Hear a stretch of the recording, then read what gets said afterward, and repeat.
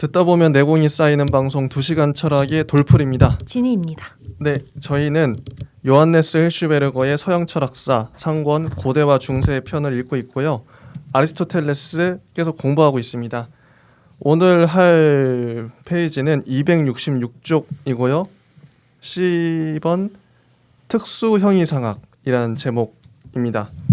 바로 읽어보도록 할게요. 네. 아리스토텔레스의 일반적인 존재론의 문제는 세 가지의 특수형이상학의 문제, 즉 영혼과 세계와 신에 관한 문제로 압축된다. 아리스토텔레스가 영혼에 관해서 쓴 저작은 현대 심리학처럼 단순히 의식 현상만을 다루고 있는 것이 아니라 생명 전체의 근거와 그 본질적인 특징을 다루고 있다. 그 이유는 고대인들에게 있어서는 영혼을 가지고 있다고 하는 것은 생명을 가지고 있다는 것과 같은 뜻이기 때문이다. 이러한 관련 속에서 현대의 심리학이 관심을 가지고 있는 것, 즉 감각, 환상, 기억, 이성, 사고, 욕구, 의지 등도 언급되고 있음이 물론이다. 왜냐하면 의식의 세계는 바로 생명과 더불어 나타나는 것이기 때문이다. 아리스토텔레스가 감정과 격정에 관해서 생각하고 있는 바일 것은 그의 수사학에서 주장되고 있다.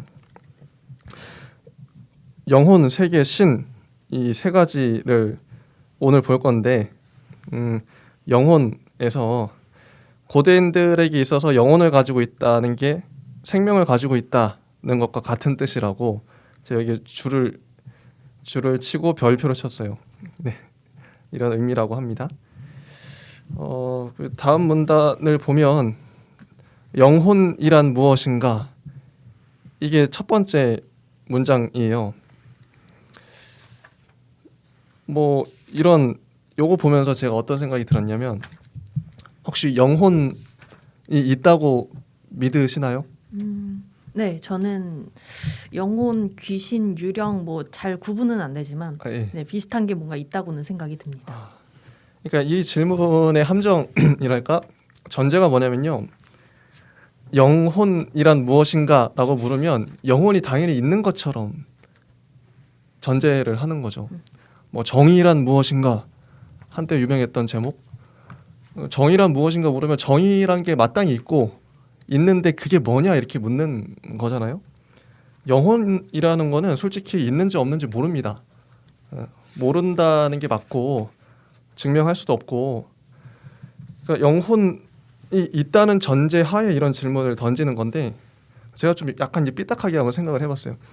만약에 이제 장례식장에 가서 만약에 어떤 뭐 친구가 죽었다고 하면 야 내 생각에는 저 영혼 없는데 친구의 육체가 죽었으면 친구의 영혼도 죽은 거야 이렇게 말을 하면 난리가 나겠죠. 예, 아마 난리가 날 겁니다. 사람들이 지금 우리 이제 현대를 사는 대부분의 사람들은 영혼을 믿는 것 같아요. 그게 뭐 종교가 있건 없건 상관없이 인간이 이번 생만으로 끝이 아니다 이렇게 믿는 것 같고 믿음이죠 말 그대로 믿음인데 저도 뭐 그런 믿음은 좋은 것 같아요. 그런 뭐 영혼 인간의 삶이 여기서 끝이면 너무 허무할 것 같기도 하고 영혼을 전제한다는 거 여기서 더 나아가서 좀 질문을 던지고 싶은 게 제가 하고 싶은 말은 이겁니다. 그래서 뭐냐면 영혼을 전제로 해서 대화 이제 어떤 뭐 영혼을 전제해서 살아갈 때 우리가 겪게 되는 우리가 갖게 되는 어떤 선입견이랄까 편견 고정관념이 있을 것 같아요. 영혼을 전제한 사람과 영혼을 전제하지 않은 사람의 삶이 다를 수밖에 없겠죠. 사후세계라든지 뭐 여러 가지 보는 관점에서 그동안 저도 이제 뭐 기독교이기도 하고 그래서 영혼을 당연히 전제하며 살았어요. 근데 영혼을 전제하지 않으면 어떻게 될까? 이 궁금하더라고요. 어느 순간. 혹시 이런 생각 해보셨나요? 만약 영혼이 없다면 어떨까?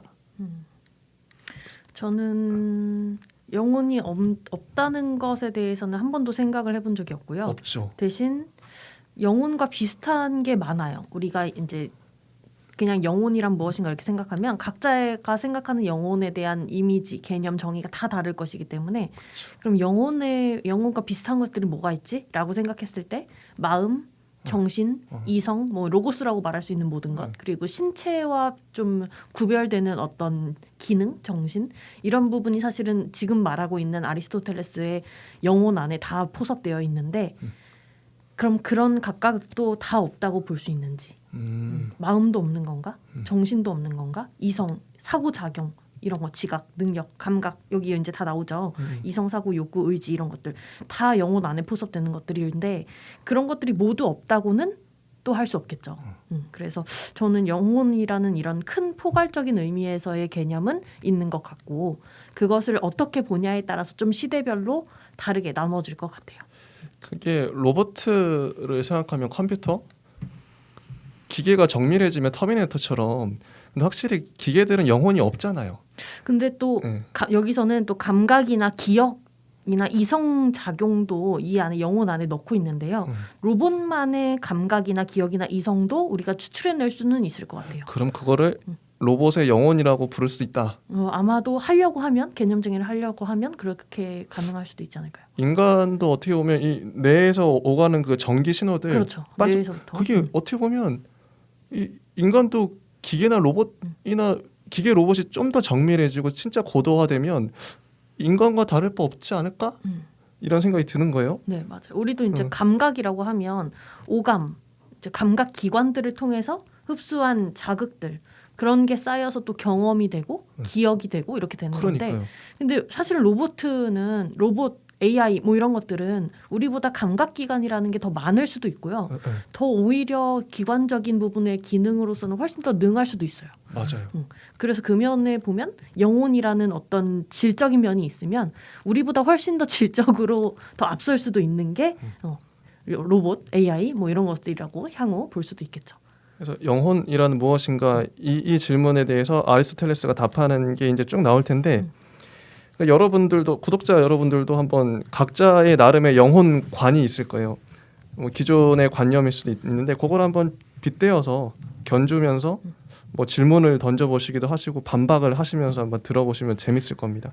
또 하나 제가 좀 네. 오늘 집중할 수 있는 키워드 중에 하나는 네. 방금 우리가 로봇이랑 인간이랑 비교를 했잖아요. 그렇죠. 그럼 인간의 본성은 무엇인가? 이 문제가 나중에는 수렴이 되게 돼요. 우리 이제 아리스토텔레스의 영혼론, 네, 네. 우리 철학사에서는 심리철학으로 구분을 하는데요. 그 심리철학의 계보가 또 있는데 그 심리철학의 계보 오늘날 쭉 따라가다 보면 결국 그러면 인간을 인간으로서 만들어주는 게 무엇이지? 인간의 본질 네, 이런 그렇죠. 이야기가 당연히 나오기 때문에 나중에 이제 인간성과 로봇, 이 비인간의 구분 이 부분까지도 오늘 마지막 시간까지 가지고 가시면서 이야기를 들어주시면 좋겠습니다. 좋습니다. 좋은 포인트네요. 자, 영혼이란 무엇인가? 현상에 따라 보자면 영혼은 플라톤에게 있어서 마찬가지로 역시 자기 자신을 움직이는 자라고 할 수가 있다. 영혼은 인간과 동물과 식물에 있어서 생명을 이룩하는 것이다. 그러나 생명은 스스로 움직이는 것, 자기 운동이며 따라서 영혼도 본질적으로 스스로 움직이는 것이다. 아, 놀라워요. 이런 정의 볼 때마다 영혼이 스스로 움직인다. 생명도 스스로 움직이는 거야. 이런 정의인 거죠. 생물은 절대적인 자기 운동을 가지고 있지를 못하다. 오직 생물은 완전히 자발적으로 움직이는 것처럼 보일 뿐이다. 사실에 있어서는 생물의 운동은 환경에 의해서 그 원인이 주어진다. 이 환경은 영양을 공급해 줌과 동시에 호흡, 성장, 감관의 지각의 욕구를 가능케 해주며 우리들이 자기 운동이라고 일컫는 생물 전체의 장소의 이동도 이 환경에서 생기는 것이다. 자연의 한 부분으로서의 영양 공급은 세계 전체의 커다란 운동 과정에 끼어 있으며 그러한 한에 있어서는 역시 다른 처음으로 움직이는 자에게 의존하고 있으므로 생물을 살아있는 것으로 만들어주는 영혼은 참된 뜻으로 스스로 움직이는 것이라고 일컬어질 수가 없고 오직 상대적인 뜻으로만 그렇게 일컬어질 수가 있을 뿐이다. 스스로를 움직이는 자는 꼭 하나만 있을 뿐인데 이런 자는 본성적으로나 속성적으로 다른 것에 의해 움직여지지 않는 움직여지지 않고 맨 처음으로 움직이는 자이다. 이런 정의가 많이 나와요. 움직인다는 거에 확실히 아리스토텔레스가 움직인다는 거에 꽂힌 것 같은데 운동이죠. 운동인데 여기서 말하는 운동이라는 게 솔직히 그 뭐 장소의 이동, 여기서 이쪽으로 이동하는 것뿐만 아니라 여기서 말하는 그 움직임, 운동이라는 건 모든 변화를 다 포괄하고 있는 것 같아요. 느낌이 단지 그냥 장소의 이동만을 말했을 리는 없다. 그렇게 되면 너무 범위가 좁잖아요. 지난 시간에 이제 생성과도 연결이 되겠고요. 그 존재의 이제 이야기를 하면서 존재의 근원, 본질의 특성, 속성 이런 얘기가 사실은 스승인 플라톤과 더불어서 그 이전에 뭐 소크라테스와 피타고라스까지도 이어져서 그 계보를 찾을 수 있는 개념으로서의 운동입니다. 사실은 계속 올라가다가 보면 스스로 움직이는 그 근원, 기원을 말하기 때문에 그쵸. 누구에게도 영향을 받지 않은 채로 스스로 움직이는 어떤 것을 이제 찾아내기 위해서 지금 계속 이야기를 하고 있는 부분이고요. 맞아요. 그게 엄청 강조되더라고요. 네. 자, 형이상학적으로 보자면 영혼은 유기적이고 물리적인 물체의 제1 엔텔레케이아다. 엔텔레케이아가 또 나왔죠. 엔텔레케이아가 또 나왔는데 제가 엔텔레케이아 이제 여기에서 완전 현실태. 완전 현실태. 라고 이제 한글로 번역이 되고요. 완전 현실태는 이제 우리 앞에서 아리스토텔레스가 목적론적으로 이제 많은 수 형상과 진료에 대해서 얘기를 하고 있다라고 말을 했죠. 예. 그래서 엔텔레케이아와 에네르게이아가 이제 같은 단어이고 그게 궁극적으로 플라톤에서는 이데아와 비슷한 것이다라고 얘기를 했습니다. 근데 이데아는 우리 이제 플라톤 같은 경우는 이데아는 저쪽 세계에 있고 구분되어진 여기 현실에서는 맞아요. 구현되어 있지 않아서 그 안에 내재되어 있는 어떤 것으로 계속 설명이 됐었는데 아리스토텔레스는 진료라는 개념을 도입해서 현실태, 그러니까 그 형상이 진료 안에 있는 그 형상이 목적을 이루어서 현실태로서 딱 존재할 때 그게 바로 엔텔레케이아를 이루었다. 라고 본다고 얘기를 했었죠. 그래서 이제 조각상 얘기를 했었죠. 대리석과 그 안에 이제 형상이 발현된 어떤 것으로서의 완성된 미술품 조각 그것이 이제 엔텔레케이아가 됩니다. 형상이 진료 안에 딱 자리 잡아서 완성됐다. 목적을 달성했을 목적을 때. 달성했다. 이해되네요. 자, 이때 말하는 영혼이 어떤 영혼인가 하는 것은 곧 설명될 것이다. 우선 이런 정의에서 영혼은 신체의 형상이다고 하는 진료 형상설이 드러난다. 자, 영혼은 신체의 형상이다. 신체는 진료겠죠. 신체라는 진료의 형상이 영혼인 거고, 이런 견해가 철학적으로나 생물학적으로 뜻을 갖게 되는 것은 이때 전제되고 있는 목적론 때문이다. 아리스토텔레스의 엔텔레케이아는 목표, 즉 목적을 달성할 만큼 완성되었다는 뜻이다. 이렇게 되는 경우는 실제가 목적을 설정해주는 관념에 부합되도록 되어 있을 때이다. 따라서 영혼이란 한 가지의 살아있는 물체의 이데아와 그 전체, 의미와 목적 관련 등을 뜻한다. 살아있는 물체의 이데아와 전체, 의미와 목적 관련이 영혼인 거죠. 아리스토텔레스는 육체에는 영혼을 위해서 있다고 단언한다. 육체가 영혼을 위해 있어요. 영혼이 더 위계적으로 상위에 있는 거죠. 이런 위계를 나누는 것에 관해서는 여러 번 얘기했었는데 플라톤도 위계를 당연히 나누고요. 이데아의 피라미드가 다 위계이죠. 네, 근데 위계를 나누는 사고에 대해서도 여기서 저는 요거에 대해 좀 불만이 있어서 영혼이라는 게요. 이 영혼을 설정할 경우 인간 그러니까 요 뒤에서도 좀 얘기해 보죠. 뒤에서 얘기해 보죠. 예, 그냥 좀 쉽게 앞선 맥락과 연결을 짓기 위해서는 앞에서는 진료와 형상으로 이제 우리가 대상을 이해했죠.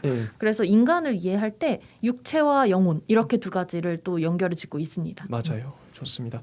즉 신체에 붙어 있는 모든 것은 전체를 위해 있으며 도구처럼 신체의 목적으로 향해 질서 지워져 있다. 우리들은 이 도구를 가지고서 유기적인 것이라고 하는 개념의 본래적인 뜻을 밝혀낼 수 있다. 이런 문제에 있어서 우리들은 두 가지의 사실에 주목하지 않으면 안 된다.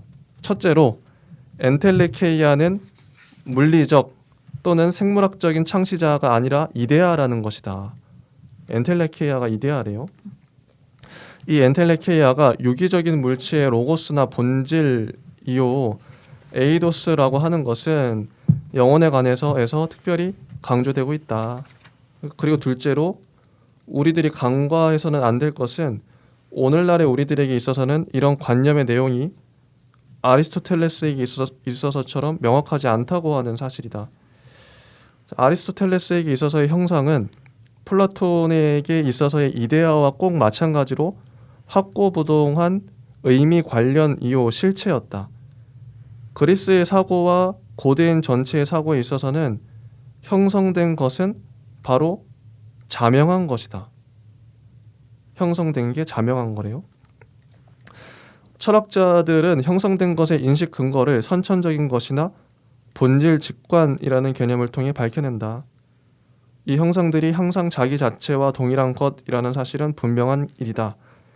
그런데 이와 반대로 근대에 있어서는 바로 이것이 문제가 되어 우리들의 개념들이나 감관 지각 속에서 정신적인 내용과 결합시키는 바일 것이 어떻게 해서 내적으로 서로 일체를 이룰 수 있는가 하는 문제도 제기된다.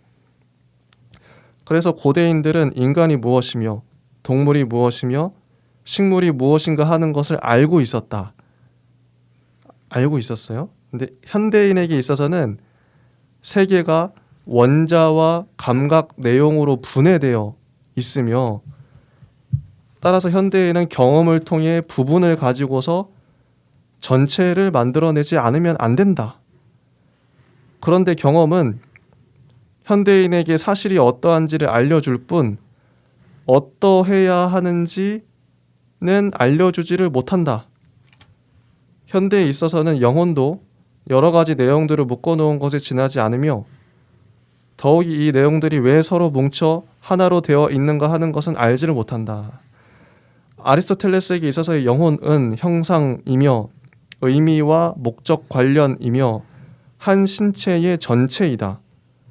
바로 이 의미 있는 전체에 의해서 살아있는 신체가 살아있는 것으로 된다. 이것이 곧 생명의 본질이다.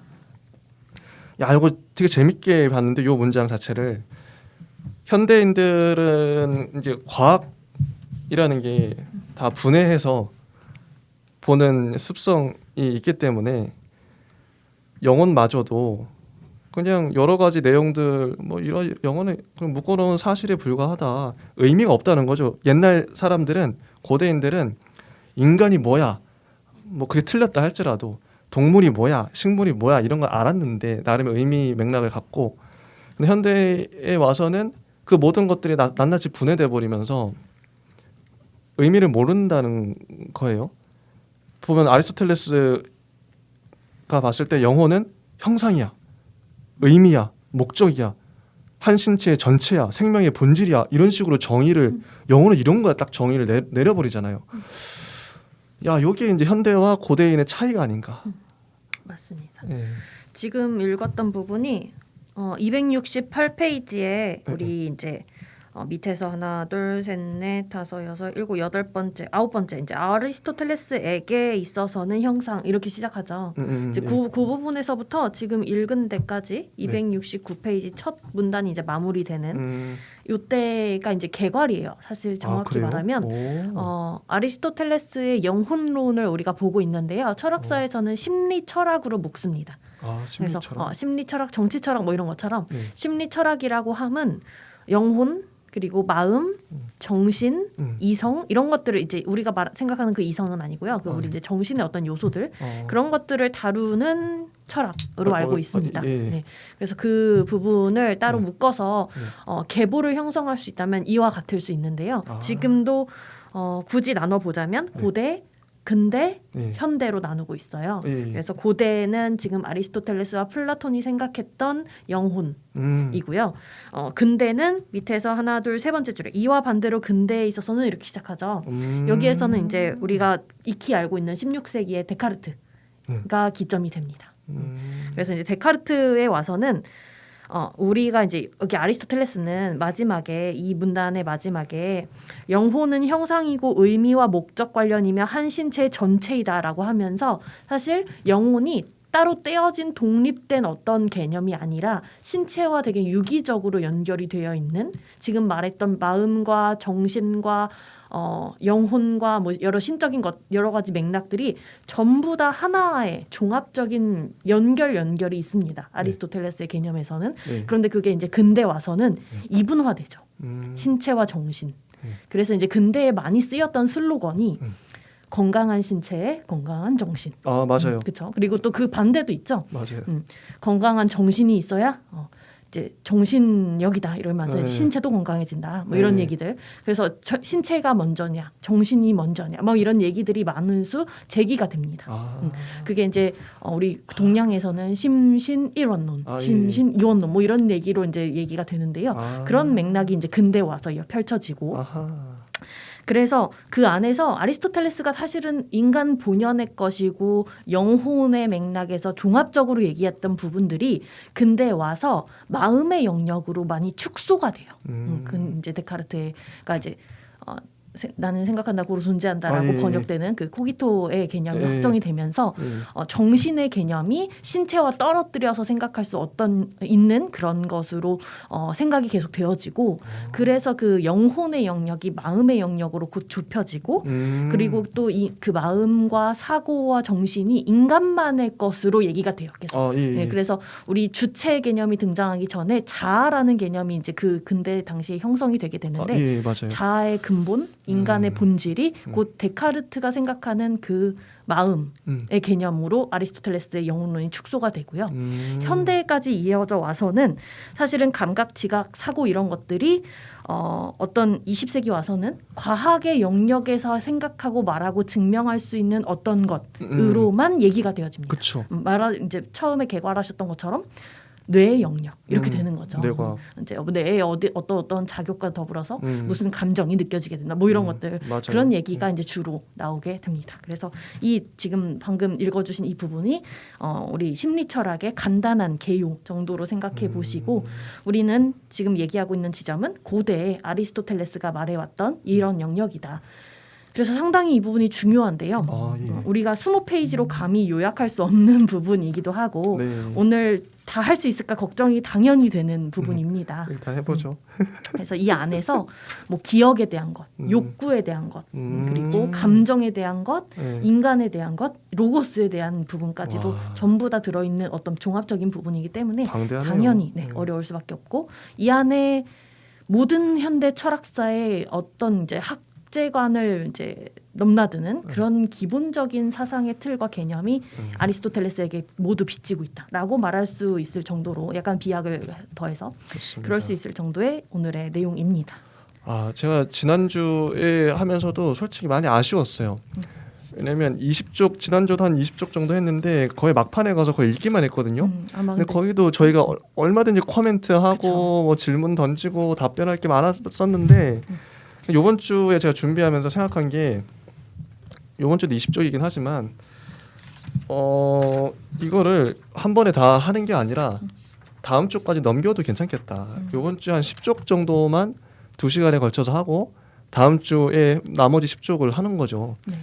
그러면 좀 깊이 뭐 자유롭게 대화도 할 수 있고 할 수 있을 것 같아요. 벌써 30분이 지났기 때문에 제가 천천히 해보시고 일단 장단점이 있을 것 같아요.